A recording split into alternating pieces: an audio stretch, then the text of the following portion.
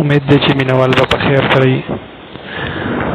نن ستاسو مخې ته یو بل حدیث د نبی علیه الصلاۃ والسلام مخکې وړاندې کوو چې تاسو په هغې باندې پوه شئ.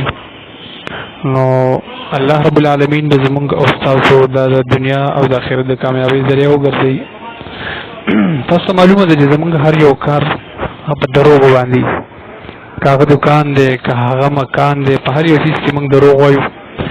په دکان کې وایو، په مکان کې وایو، ډاکټر دروغ وایي، تاجر دروغ وایي، تجارتګر دروغ وایي، دیاړیمار دروغ وایي. هر یو انسان چې په دروغ باندې نن سبا اخته دی. دیو جن قرآن کریم کې آیات ته لعنت الله علی الکاذبین، الله پاک لعنت را لګي دروغجن ویلو باندې. نن سبا چې کوم سړی لذي نو هغه وایي دا مې په دې اغستې په دومره در کوم. نو دا یو جدا مستقل موضوع ده، په دې ان شاء الله نورې ویډیوګانې تاسو مخې ته کوو. لیکن نن سبا موږ تاسو ګورو نو ګاډي والا هم دروغ وایي. هر یو چیز، هر یو انسان هغه په دروغ باندې اخته دی.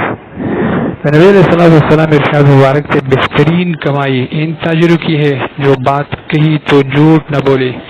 بہترین تجارتګر هغه سړی دی چې هغه په خپل تجارت کې دروغ نه وایي. دا شعب ایمان بهیقي دا حدیث راوړی دی په 4854 نمبر حدیث دی چې تاسو په خپل افعالو کې، تاسو په خپل افعالو کې، تاسو په خپل تجارت او روزګار کې تاسو دروغ مه وایئ. د داسې مختصر ویډیوګانو لپاره زموږ چینل لایک، سبسکرایب، کمنټ کړئ، زموږ حوصله افزایي وشي. د مختصر ویډیوګانو لپاره خسته رحمان ته اجازه ورکړئ. د الله په امان.